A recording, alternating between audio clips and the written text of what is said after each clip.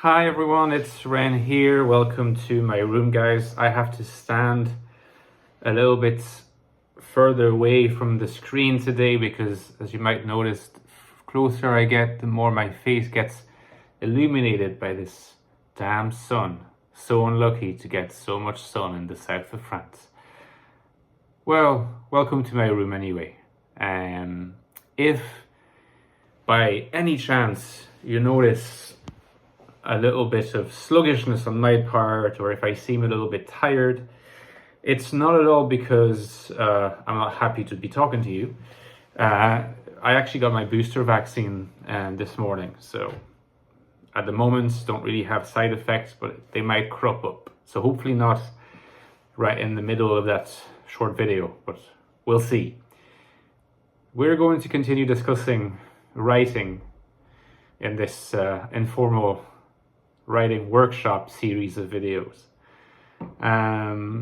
Particularly I want to look at fictional writing because I believe that there's many among you, dear INFJs and people of other types, who are not only interested in reading non-fiction, such as literature on psychology, typology, personality theory, and so on, but also fiction. And going further from that, or beyond that, inferior he spoke and Humphrey has suffered. I need to rescue him. I feel terrible when I injure him like this. He doesn't deserve to suffer from my absence of efficient essay.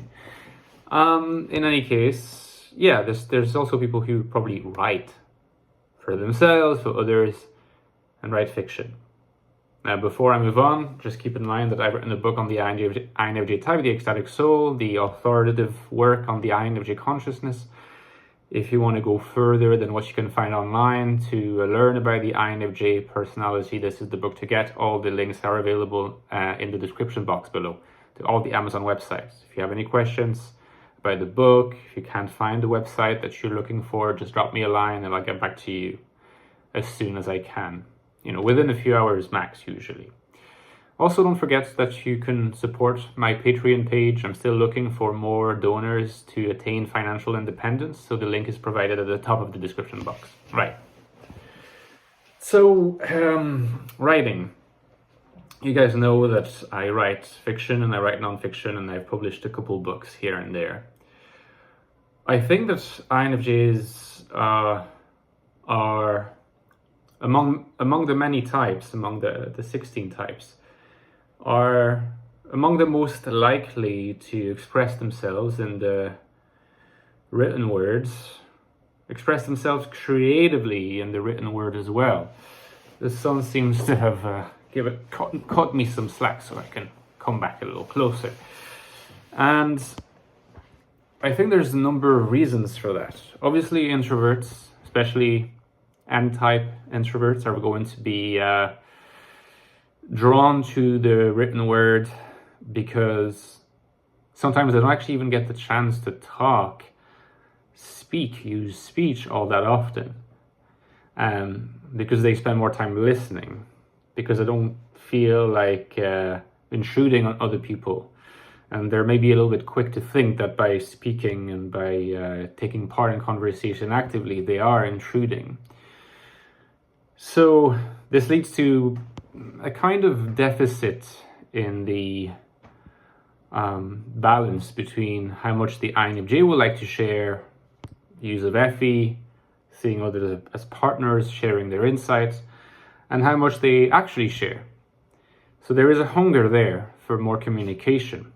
And to satisfy this hunger, since speech and dialogue can always satisfy it, the written word presents itself as a natural candidate. Now, there are channels for the expression of this creative urge in interacting on online forums, on YouTube, comment section on YouTube, doing YouTube videos. I mean, this is one of my main channels, as you can imagine, as an INFJ myself. But there's also the creative written word, which can be a very, very useful and very powerful way to express their NI intuitions and to learn to hone the expression, the articulation of their NI intuitions. you'll find that when you're an INFJ and you want to get a better grasp of your cryptic NI intuitions, it's not always the best place to start with an essay or an article. In other words, a work of nonfiction, albeit a very short work like a blog entry, an essay, an article, or a longer work of nonfiction like the Ecstatic Soul. Sure, I mean, this book is the product of quite clear research into the INFJ consciousness, and it's not, I wouldn't say it's a book of creative writing. I do claim to be saying true things about the INFJ condition in this book, and my readers, by and large, agree with me, it seems, given the book's good reviews. But it would be mistaken to think that, I just wrote this book out of nowhere and inspiration just came to me and all my observations just started making sense.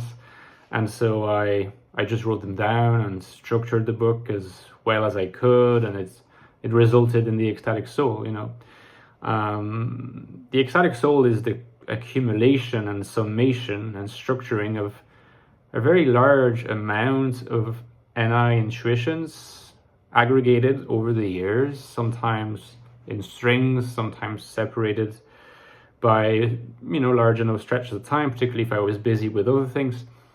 And one of my goals was to manage to create a sequence of these different intuitions so as to arrange them into parts to a whole, and the whole being the idea of an ecstatic soul as a soul in search of enlightenment, in other words, as a soul confronted with the struggle against alienation, haziness, anxious prescience, disembodiment. These terms will be familiar to you if you read the book.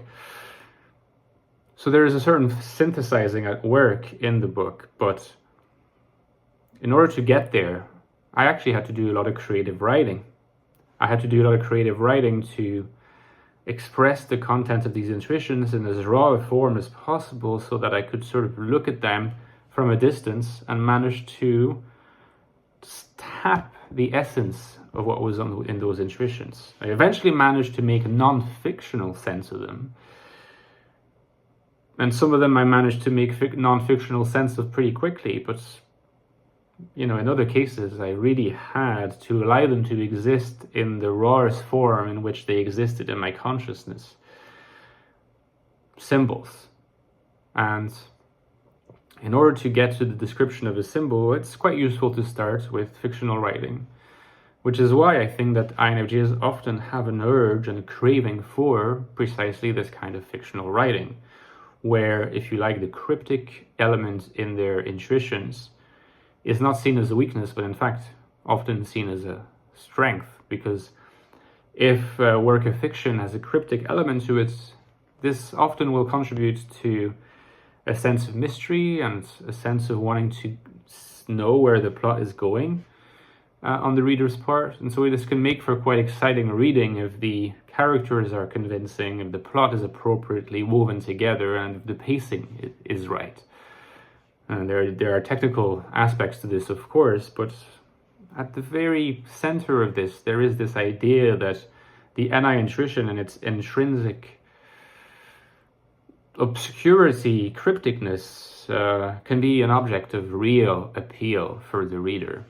And for the author, the appeal is not only in managing to attract the reader, but also to untangle his own intuitions in a non-fictional sense, to move from the fictional to the non-fictional, which is why INFJs often write both works of fiction and works of non-fiction, and the two types of work tend to be intimately connected because they both express different facets of NI. Usually the fictional is more raw and refined NI, not unrefined in any pejorative sense, in the sense it's purer NI, whereas the non-fiction is the communicated intuitions of NI. They've been refined in such a way as to be articulated in language and communicated to readers.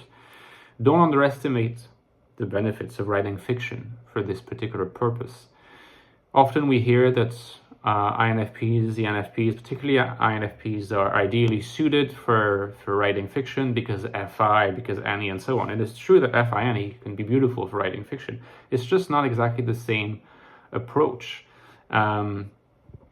Any is a very useful function for fiction because it allows you to create lots of different descriptions, create lots of analogies and connections, and FI gives them distinctively subjective flavor. But NI, although it is not as ubiquitous as any, again has this symbolic cryptic elements which appeal to other readers and can be of help in the writer's quest to make more sense of his insights. So I think that as a final point, I'll just mention that if you are tempted to write creatively and you hesitate, first of all, I would very much encourage you to stop hesitating and go for it.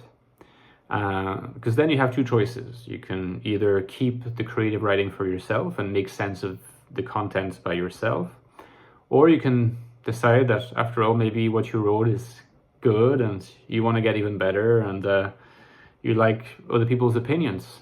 It's a difficult leap to make sometimes, particularly for introverts, but not only for introverts, because there's always a fear that comes from hearing the perspective and the opinion of another party. It's like they have power over you suddenly. Now, this is something that you get used to. In other words, first time you share something with someone that's not you, you feel very vulnerable.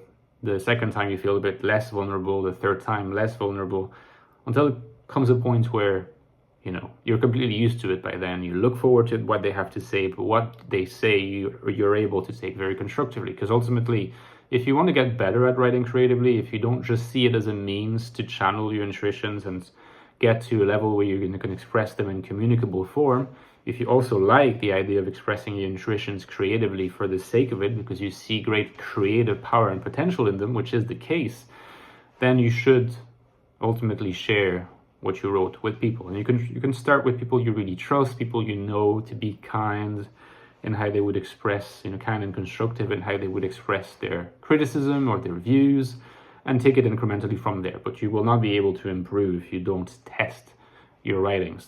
That applies to non-fictional stuff, but it also applies to fictional writings. Getting an outsider's perspective is always essential. It's difficult, but it depends on what your long-term purpose is. But I encourage you to do it as much as you can do it. And don't underestimate your resilience, because people do get used to it quite quickly. All right, let me know what you think in the comments, guys. We'll talk to you very soon. Think of dropping me a like, commenting, and subscribing. Don't forget Patreon. See you soon.